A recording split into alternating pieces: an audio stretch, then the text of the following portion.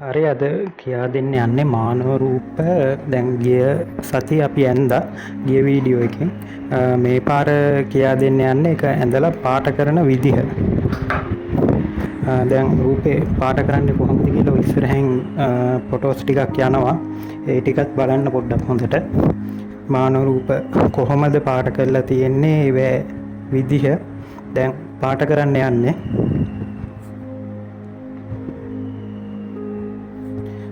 දැන් මේකේ මේ කොලේ පොඩ්ඩක් හෙල්ලෙනා මේ කැම් එකේ සෙන්සර් එක පොඩ්ඩක් ඔන් වෙලා තියෙන්නේ. ඒක මට ඕෆ් කරන්න බැරුණා. ඒක හින්දා මේක එච්චර ගණන් ගන්න දෙයක් නැහැ.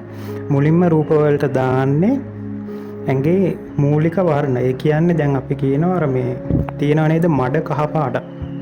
අන්නේ මඩ කහ පාට තමයි ඉස්සෙල්ලාම දාගන්නේ. පඳු පාට. බය නැතුව දැන් අපි ළමයිට ප්‍රශ්නයක් තියෙනවා සුදු ඉතුරු කරන්නේ කොහෙද කියන එක. දැන් සුදු ඉතුරු කරගන්න විදිහක් තියෙනවා. මේ දැන් ඔය කකුල් එහෙම පාට කරනකොට එළිය වැටෙන පැත්ත ටිකක් ඉතුරු කරන්න. දැන් පැස්ටල් වගේ පාට කරන්නේ. ඒ පැස්ටල් පාට කරනකොට අපි පැත්තක් එළිය කරනවා පැත්තක් අඳුරු කරනවා. එහෙමනේ. දැන් වෝටර් කලර් වලත් ඒ තියරියම පොඩ්ඩක් එහා සමානව යනවා. දැන් ඔයගොල්ලන්ට මේක මේ බලනකොට තේරෙනවා මූලික වර්ණ ටික ඉස්සෙල්ලාම දාගෙන ඉන්න ඕනේ. දැන් එක රූපයක මූලික වර්ණ ටික දැම්මා. එයාගේ ඇඳුමටත් දැම්මා, හමටත් දැම්මා. දැන් ඊළඟ ඒක වේලෙනකන් අනිත් එක්කෙනා පාට කරනවා දැන්. නැත්තම් ළමයි මේ ගොඩක් අය එකම රූපේ එල්ලිලා ඉන්නවා. ඒක මේ විභාගෙට අවාසි. මොකද පැය 3න් A level වලට ගොඩ දා ගන්න ඕනි. පැය 2න් O level වල ගොඩ දා ගන්න ඕනි. මේක A level O level දෙකටම පොදුයි ඈ. දර ගෑනු රූප පාට කරනකොට ඉස්සරහට තව සංකීර්ණ විදි ලේසි විදි මේ වීඩියෝ වලින් අරන් එනවා. ඒ දේවලුත් හොඳට අධ්‍යයනය කරන්න ඕනේ. දර පේනවනේ ඒගොල්ලන්ගේ ඇඳුම් පාට කරන දර කකුල ඉස්සරහට දාගෙන ඉන්න ටික ඒ ටික සුදු පාටයි. අර කකුලත් එක්කම තියෙන ටික සාමාන්‍යයෙන් සුද ඉතුරු වෙන්න තමයි පාට කරන්නේ. එතකොට තමයි ඒක කැපිලා පේන්නේ. දැන් කකුල ඉස්සරහට දාගෙන ඉන්නවා කියන එක. ගොඩක් මම දැකලා තියෙනවා ඔය මේ වීඩියෝ වල බරපතල විදිහට උගන්වනවා. ඒ කියන්නේ මේක එච්චර අමාරු දෙයක් නෙමෙයි. එච්චර හිතන්න ඕනේ දෙයක් නෙවෙයි. මූලික වර්ණ ටික දාගෙන ගියා. නමුත් මේ හැමදාම ප්‍රැක්ටිකල් කරන්න වෙනවා. නැතුව මේ ටෙක්නික් එක හදාගන්නත් බෑ. Tamanට ඉදිරියට ගමනක් යන්නත් බෑ. හැමදාම මොකක් හරි අඳින්න. මහා ලොකු දේවල් නෙවෙයි. එක්ක මිනිස් රූපයක්, කොල්ලයක්, පෙට්ටියක් මොකක් හරි එකක්. ඊළඟට දෙවෙනි ටෝන් එක දානවා. දෙවෙනි ටෝන් එක ඊට වඩා චුට්ටක් ඝනට දාන්නේ. ඒක දුඹුරු පාට.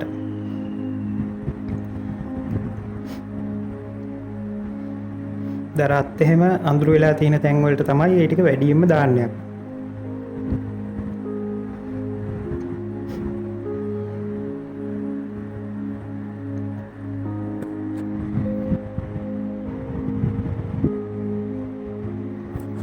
මූණට දාන දුන්නට ළමයි ගොඩක් මේ වරද්ද ගන්නවා. මොකද මුළු මූණටම ඒ පාටක් දාන්න. එහෙම බෑ.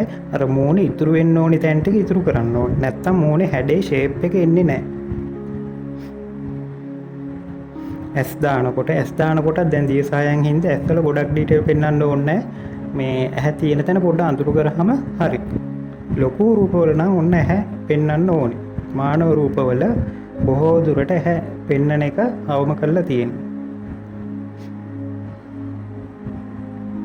පේනවනේ අර ඇඳුමක් දැම්මොත් ඒකට මොකක් හරි ඩිසයින් එකක් දාන්න ඕනේ. දැන් පෙළක් ළමයිගේ මූණු ගත්තාම ඔක්කොම එක වගේ. එකම අය තමයි ඉන්නේ ෆොටෝ කොපි වගේ. එහෙම බෑ. මූණක් ගත්තාම එක්ක රැවුල් තියෙන්න ඕනි, තට්ටේ තියෙන මිනිස්සෙක්, එක්ක ආබාධිතෙක්, ඒ වගේ චරිත දාන්න ඕනි.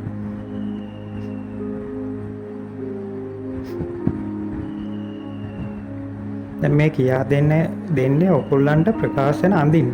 හරි? මේවා බලලා අඳින්න ඕනේ. දැන් පෙළක් ළමයිට මේ පාට කොච්චර දැම්මත් ඒ පාටවල ශක්තිය පේන්නේ නැහැ. ඒ කියන්නේ පාටවල දීප්තිමත් බව පේන්නේ නැහැ. කොලේට දාන්න පාට මැරෙනවා.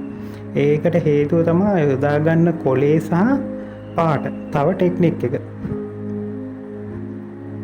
ඒවට තියෙනවා විවිධ දීප්තිමත් වර්ණ.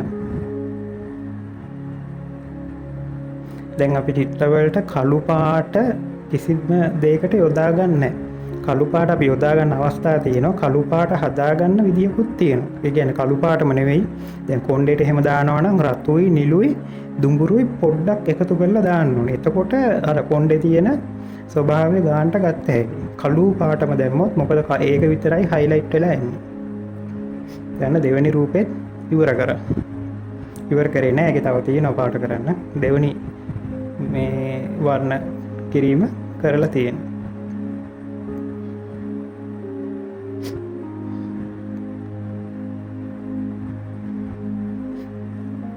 ඊට පස්සේ යාගේ ඇඳුම හදන විදිය බලන්න.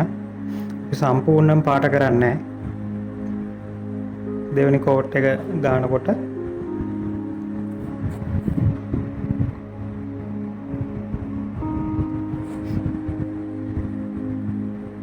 හැම වෙලේම මතක තියාගන්න එක පැත්තක් අඳුරු එක පැත්තක් ලායි. ඔය තීරිය ඔළුවේ තියාගෙන අඳින්න. කොහෙන් හරි ආලෝකයක් වැටෙනවනේ මේකට.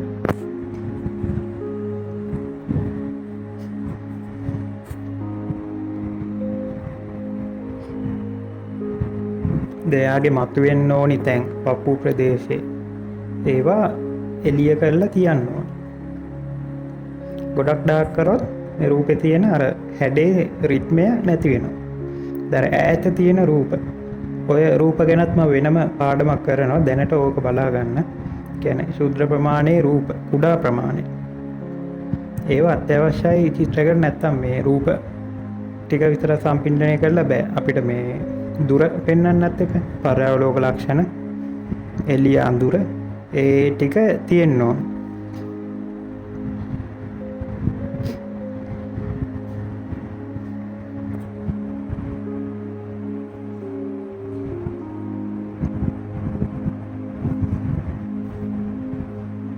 දැන් චිත්‍ර අඳිනකොට ඩ්‍රෝවින් එක අඳිනකොට එකම ඉරියව්ව දාන්නත් එපා. එහෙම දැම්මොත් Tamanට මේක අර හිතාගෙන ඉන්න සම්පින්ඩණය කරගන්න අමාරු වෙනවා.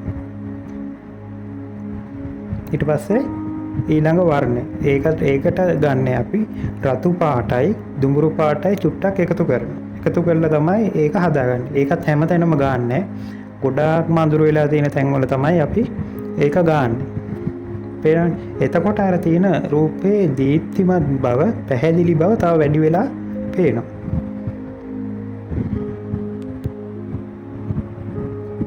මේක දැන් මෙතන මං කිව්වට වැඩක් නැහැ. ඕගොල්ලෝ කරන්නේ නැත්තම්. දැන් දෙවෙනි රූපෙත් ගාපු ටික පේනවනේ Tamanට මේ.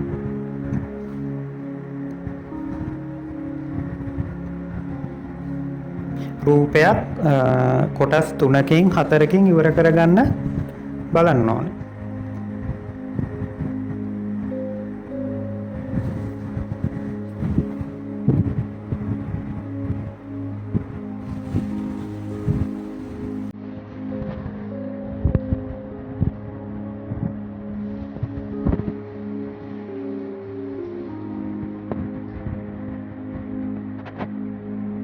right දැන් ඒකේ ඇඳුම් දැම්ම පේනවනේ ඒක. ඒ ඇඳුම දාලා අර එයාගේ යතේ තියෙන දේවල් පාට කරන විදිහ ඒකත් එහෙමයි. පැත්තක් අඳු කරා පැත්තක් එළිය කරා. මීට වඩා සංකීර්ණ ක්‍රම තියෙනවා තව මේ පාට කරන මේ බේසික්ම විදිහ. ඒ කියන්නේ ඔයගොල්ලන්ට අල්ලගන්න පුළුවන් විදිහෙන් තමයි මම දැන් මේක කියලා දුන්නේ. කොච්චර දැන් මේක කොච්චර මං කියලා දුන්නත් වැඩක් නැහැ. ඔයගොල්ලෝ ප්‍රැක්ටිකල් කරන්නේ නැතුව මේ සිස්ටම් එක අල්ලගන්න බෑ. තමන් පරීක්ෂණ කරන්න ඕනේ. පරීක්ෂණ කරලා තමන්ට ක්‍රමයක් අහු වෙනවා.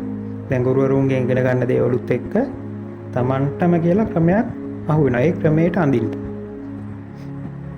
දැන් පසුබිම දාන විදිය. මම පසුබිම පැන්සලෙන් ඇදලා නැහැ මොකවත්.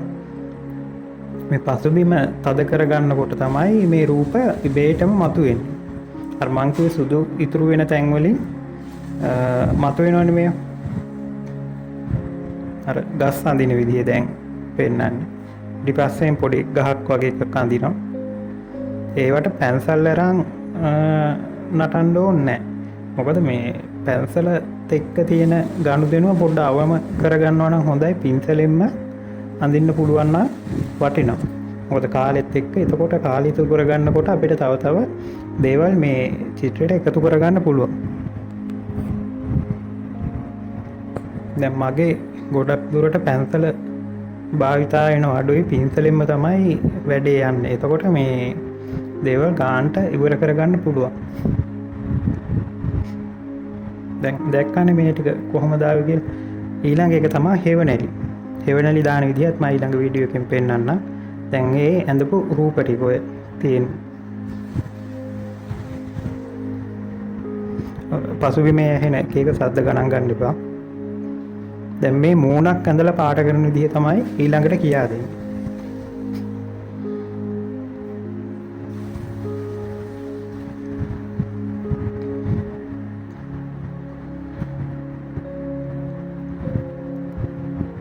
ඊළඟට දැන් මේ රූපය අඳිනවා. ඒ අඳිනකොට ඒ රූපය ඇඳ ඊට පස්සේ දැන් මූණු තුන අඳිනවා. මූණු තුන අඳිනකොට පළවෙනි මූණ බෙදා ගන්නවා. දෙවෙනි මූණත් රවුමක් ඇඳලා අර කොටුවට බෙදා ගන්නවා. දැක්කනේ අර ඉරි වල තමයි මේ ඉරි වල මැද තමයි ලකුණු කරන්නේ. ලකුණු කරලා නහය කට ඇහැ දා ගන්නවා. දැන් මේක සරල දෙයක්. ඒක හින්දා වැඩිපුර මේ කියන්නේ දැන් පාට කරන එක විතරයි මෙතනින් කියන්නේ.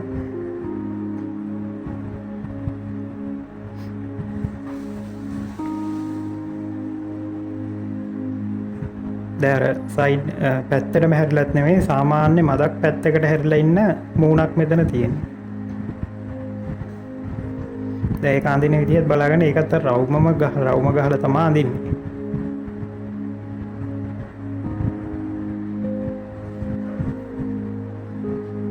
ඇස් දැම්මා, කන දැම්මා, ඊට පස්සේ බෙල්ල,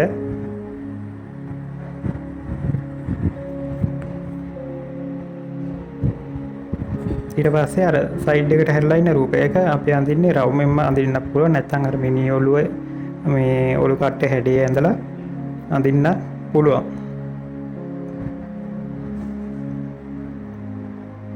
සරල ක්‍රම තියාගෙන අමාරු ක්‍රම වලට යන්න එපා. මේක දැන් මේ බේසික් එක ඉගෙන ගන්න ඕනි කොයි දුරට ඉගෙන ගන්න. මේ ටික ඔලුවට දාගත්තු ගමන් මේක ඉදිරි පීවර විදිහට අපිට ඊළඟ පාඩමට යන්න පුළුවන්. මුලින්ම මේ ටික ඉගෙන ගන්න. මූණේ හැඩ කඩා ගන්න කොහොමද? ඒ විදිහ. හැම මූණකම අර කම්බුල් දෙපැත්ත නලල ඒ වගේ දේවල් පාට වෙනව අඩුයි. දැන් මූණු තුන ඇඳගත්තා. අපි පොඩ්ඩක් ලාවට උඩින් මකා ගන්න. මොකද පාට කරන්න ඕනේ හින්දා.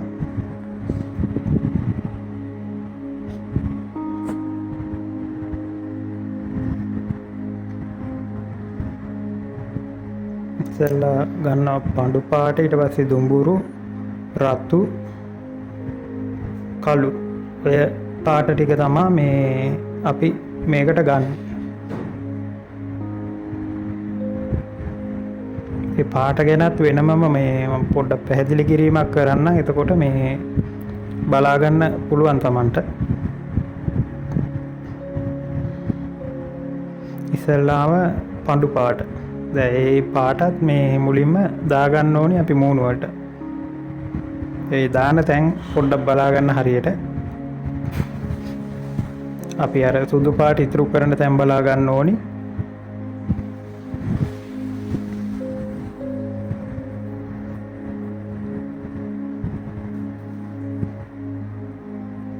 බෙල්ලේ දෙපැත්ත ගන්නවා. මැද චුට්ටක් සුදු ඉතුරු වෙන්න අරින්න ඕන. හරිනේ. මේක එකපාරටම Tamanට කරන්න බෑ. මේක පොඩ්ඩක් ඇඳලා පුරුදු වෙන්න ඕනේ. එතකොට Tamanගේ ඇහැට නිතරම මේ අර මූණක තියෙන්න ඕනි ඉරියව් ටික නිකම්ම ඔළුවට එනවා. දෙවෙනි මූණටත් දැම්මා. ඊළඟට අර සයිඩ් එකට හැරිලා ඉන්න මූණ. ඒක පොඩ්ඩක් පාට කරන විදිහ බලා ගන්න. ඒකෙත් අර නල්ලල කොටස ඉතුරු කරනවා, කම්බුලේ චුට්ට ඉතුරු කරනවා. ඇහැ තියෙන තැන ටිකක් අඳුරුම කරලා දාන්න ඕනේ.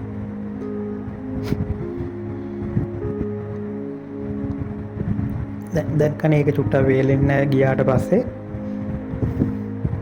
මේකේ තියෙනවා මේ වෝටර් කලර් පාට කරන ක්‍රම. ඒ ක්‍රමත් මම ඉස්සරහට කියන්නම්. මේ සාමාන්‍යයෙන් අපි පාට කරන විදිහ තමයි. වෙට් ඔන් වෙට් කියලා තියෙනවා, ඩ්‍රයි ඔන් වෙට්. ඒ වගේ ගොඩක් මේ ටෙක්නික් තියෙනවා. ඔයගලන්ට විභාගයට පාට කරන්න ඕනේ මේ විදිහට. මොකද අර විදිහේ මේ වියලීමත් එක්ක තමයි ප්‍රශ්නේ එන්නේ. බැරි වෙලාවක මේ වැසි සහිත කාලගුණයක් තිබ්බොත් එහෙම ඔයගලන්ට මේවා වේලෙන්න ප්‍රමාද වෙනවා. ඊට පස්සේ දෙවෙනි ටෝන් එක. ඒකට දාන්නේ දුඹුරු පාට. දුඹුරු කිව්වේ අර තද දුඹුරු එක නෙවෙයි. අර රතු පාටට හුරු දුඹුරු එකක් තියෙනවා. අන්න ඒක දාන්න. අර මුලින් පඳු පාට අපි දැම්මා. ඔයගොල්ලෝ ගන්න මේ වෝටර් කලර් එකේ ප්‍රශ්නයක් එනවා. මේ ටෙක්නික් එකයි අර කොලෙයි හරියට එන්නේ නැති එකේ. ඒ හින්දා අර කැමල් එකම ගන්නවා නම් වඩාත් හොඳයි. මේ තව හොඳ බ්‍රෑන්ඩ් තියෙනවා ගොඩක්. අර කැමල් එකේ පාට මේ ටොපි පාටක් නෙවෙයි. ටොපි පාටක් අර සීනි බෝල පාටක් නෙවෙයි ඒකේ තියෙන්නේ. අර පෙන්ටල් එකේ නම් තියෙන්නේ පොඩ්ඩක් අර දීප්තිමත් වර්ණ. ඒක ටිකක් ඇහැට අමාරුයි. දැන් මේක තියෙනවා නිකන් ස්වභාවික වර්ණ විදිහට තමයි මේ කැමල් එකේ තියෙන්නේ වැඩිපුර. හින්දා ගන්නකොට පොඩ්ඩක් ලොකු එකක් අරන් තියාගන්න, මේ පාඩුවක් වෙන්නේ නැහැ. දැන් මේ ඊළඟ ටෝන් එක දානකොට අර තරම්ම අපි දාන්නේ නැහැ. ඊට වඩා පොඩ්ඩක් අඩුවෙන් දාන්නේ. පේනවද? දැන් තද කරන තැන් ටික අපි තද කරලා ගාන්ට හදාගන්න තියෙනවා.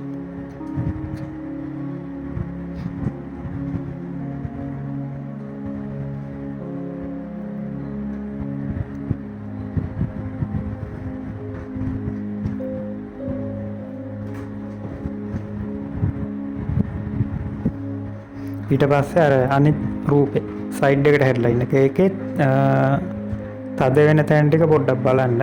කම්බුල දෙපැත්ත පොඩ්ඩක් තද වෙනවා. ඒ කියන්නේ අර හක්ක තියෙන තැන එතන පොඩ්ඩක් බැහැලානේ තියෙන්නේ. ඒක හින්දා ඒ තැන් බලලා පාට කරන්න.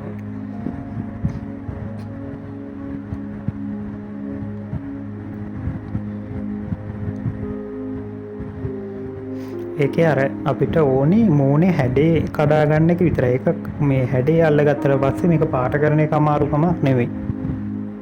මේකේ දැන්ටමත් මේක ටිකක් ඇවිල්ලා තියෙන්නේ. ඊට පස්සේ මේ රතු දානකොට දුඹුරු පාට චුට්ටක් එකතු කරලා දාන්න. අම්මු රතුම දාන්න එපා. එතකොට මේක රතු පාට දැම්මොත් අර මිනිස්සු යක්කු වගේ පේනවා. මේකෙන් හින්දා දුඹුරු පාට පොඩ්ඩක් එකතු කරලා තමයි රතු එක ගන්න. ඒක ගන්නෙ කටවල් වල අර ගොඩාක්ම අඳුර වෙලා තියෙන තැන් වල විතර. හැම තැනම අපි ගන්නෑ නැහැ. අඳුරු කරන්න ඕනි තැන් වල විතරයි ඒ ටික දාන්නේ. එතකොට තමයි මේක අර ලයිව් තියෙන එකක් වගේ ඒ ස්වභාවය එන්නේ.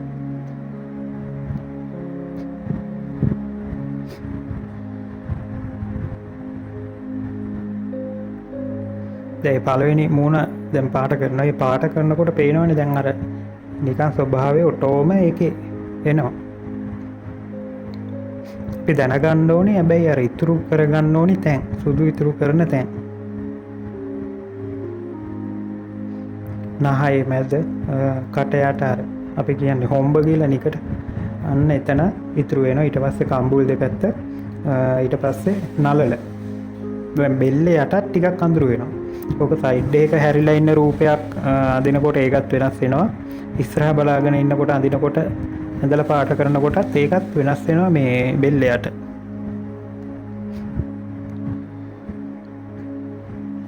දැන් මේ ටික පාට කරලා ඉවරලා කොණ්ඩ මේ රූප වෙනස් කරන විදිහ මම කියා දෙනවා.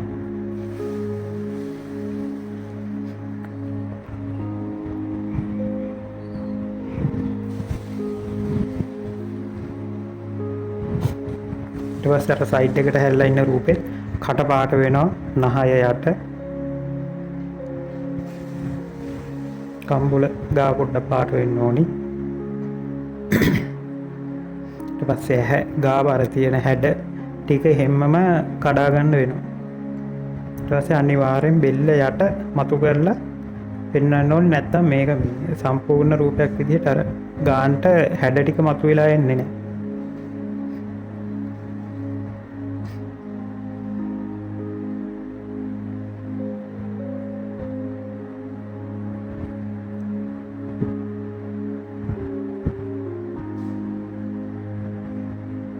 දැන් ඔන්න ඒ ටික හරි. ඊට පස්සේ තව වැඩක් තියෙනවා. ඒකට ගන්නවා නිල් පාටයි රතු පාටයි එකතු කරනවා.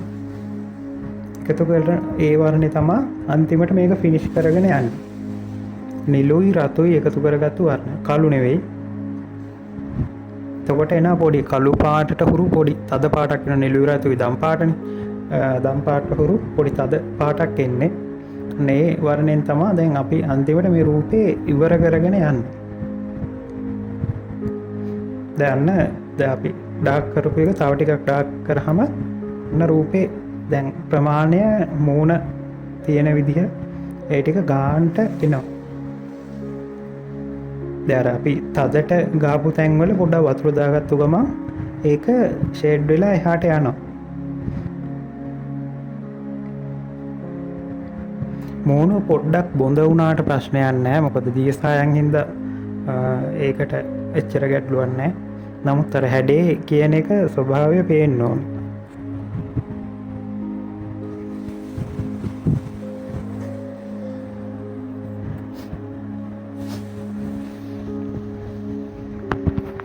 ඊට පස්සේ අනිත් රූපෙත් ඒ විදිහටම දාන්න ඕනේ.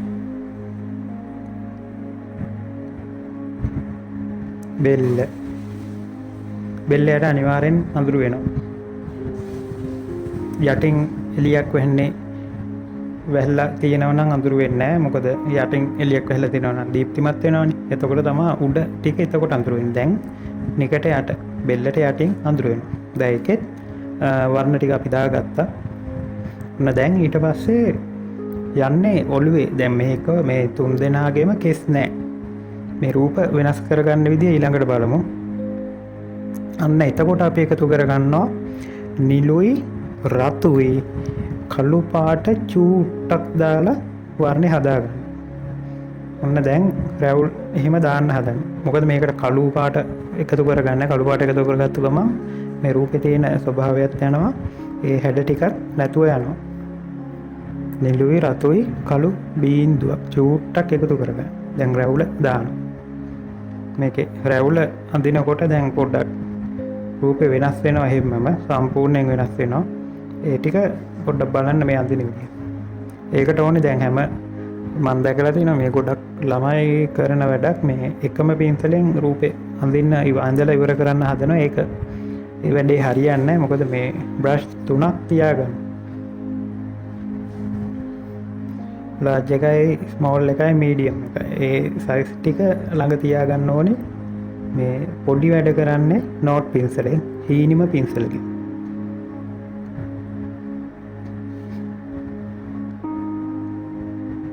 දැන් අර කොණ්ඩේ අඳිනකොට ඒ ස්වරූපය වෙනස් වෙනවා එහෙම් පිටින්ම. දැන් පේනවනේ එතන අර වෙනස් වෙන විදිහ. ඒ වගේ දැන් අපි රූප වලට එක එක චරිත දෙන්න ඕනේ. නැතුව එකම ස්වරූපේ තිබ්බොත් බෑ. දැන් අර කලින් තිබ්බ එකම මිනිස්සයාගේ ආකාර තුනක් වගේනේ. දැන් මේක ටිකක් වෙනස් වෙනවා.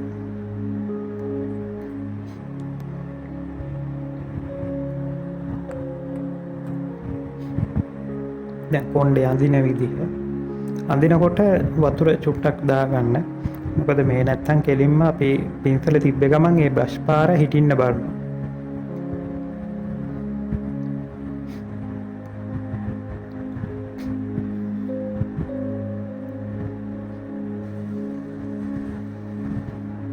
රැවුල් අඳිනකොට දැන් සුදු පෙට්ටිය ඔයගොල්ලන්ගේ තියෙනවනේ සුදු පාට. සුදු පාට තියෙන්නේත් ඒ අපිට ඕනි වැඩවල වලට. දැන් සුදු පාටත් යොදා ගන්න අවස්ථා තියෙනවා දියසායන් වල. ඒ දේවලුත් අපි ඉස්සරහට කතා කරන සුදු පාට අපි ගන්නෙ කොහොමද? ඒ ගන්නෙ මොන වගේ වැඩවලටද? කළු ගන්නෙ ඇයි? ඒ වගේ දේවලුත් අපි ඉස්සරහට කතා කරනවා. දැන් මූලික ටික ඔයගොල්ලෝ අල්ලගෙන ඉන්න ඕනේ. මූලික ටික අල්ලගත්තේ නැත්නම් අපිට ඊට පස්සේ යන්න අමාරු වෙනවා. මම දැකලා තියෙනවා මේ ටීවී එකේ වැඩසටහන් යනවා මේ දවස්වල රජයෙන් කරනවා ළමයින්ට අල්ලගන්න බෑ ඒ සමහර තියරි හරි මේ ඉස්කෝලවලත් එහෙම පොතක් පෙන්නගෙන ආයි නෑ දිගට හරහට කියවනවා ළමයාට තේරෙන්නෙත් නෑ කියන ගුරුවරයාට තේරෙන්නෙත් නෑ. ඉතින්ද මේ දැන් මෙතන මම උගන්වන්නේ දැන් මගෙන් අර ක්ලාස් දෙන අය දන්නවා මූලික තැන ඉඳලා තමයි ළමෙක්ව අපි හදලා ගන්නෙ.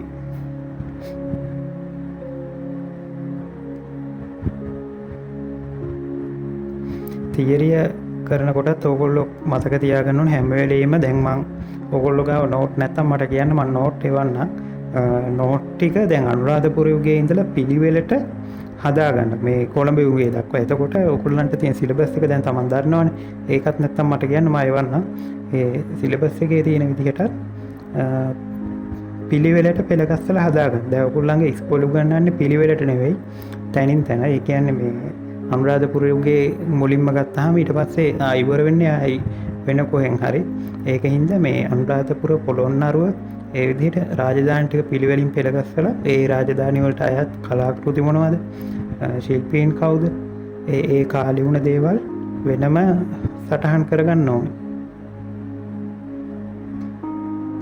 දැන් මේකේ පේනවනේ පාටුන කොහොමද කියලා. දැන් අර රූපවල තියෙන වර්ණවල තියෙන ශක්තිය හැමම ඇවිල්ලා තියෙනවා. දැන් ඔයගොල්ලන්ට තව වීඩියෝ එකක් තියෙනවා. ඒකත් වේගෙන් යන එක. ඒකත් මානව රූපයක් පාට කරන එක තමයි. ඉරක් ගහලා කොටස් 8කට බෙදාගෙන අර වගේ දැන් අර කලින් වීඩියෝ එකේ අපි දැක්කනේ මේ මානව රූපයක් අඳින්නේ. දැන් මේකේ අර යා කරගන්න තියෙන්නේ. 8 බෙදාගත්තා. ඊට පස්සේ දනිස්ස ගාවට බෝලයක් දාගත්තා. පුරිස්සට බෝලයක් දාගත්තා. ඒ අර අත අඳින්න ඕනි වට.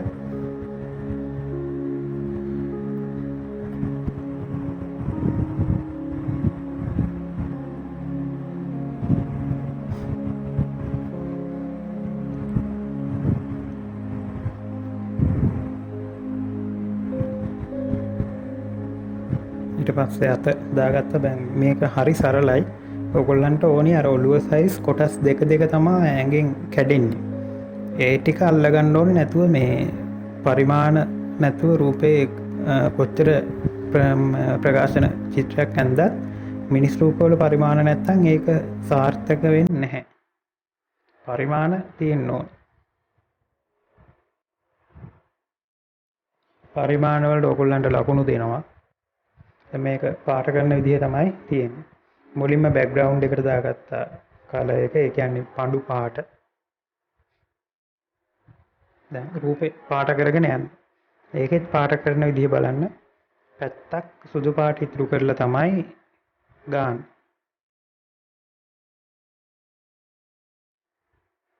බෑග්ග්‍රවුන්ඩ් එක ඩාර්ක් කරේ ගමන් ඒ රූපේ ඉබේටම කැපිලා පේනවා.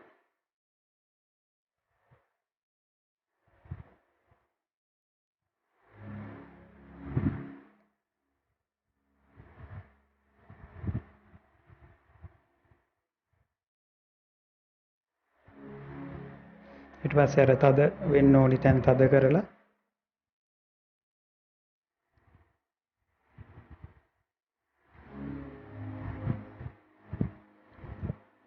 ඔයගලන්ට අඳින්න පුළුවන් නම් මේ පාට කරන එක එච්චර ලොකු ගැටලුවක් වෙන්නේ නැහැ. ටෙක්නික් එක හදාගන්න පුළුවන්.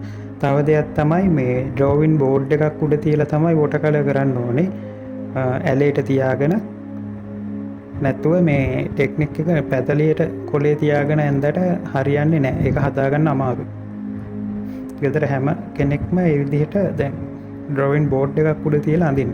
හાર્ඩ් බෝඩ් එහෙම තියෙනවනේ සාමාන්‍යයෙන්. A3 size එකේ බෝඩ් එකක් හොයාගත්තාම හොඳටම ඇති.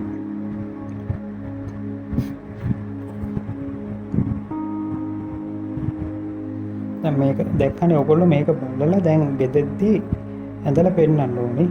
ඇඳලා මට අර WhatsApp group එකට දාන්න මම එතකොට හරි වැරදි කියනවා හැමෝගෙම.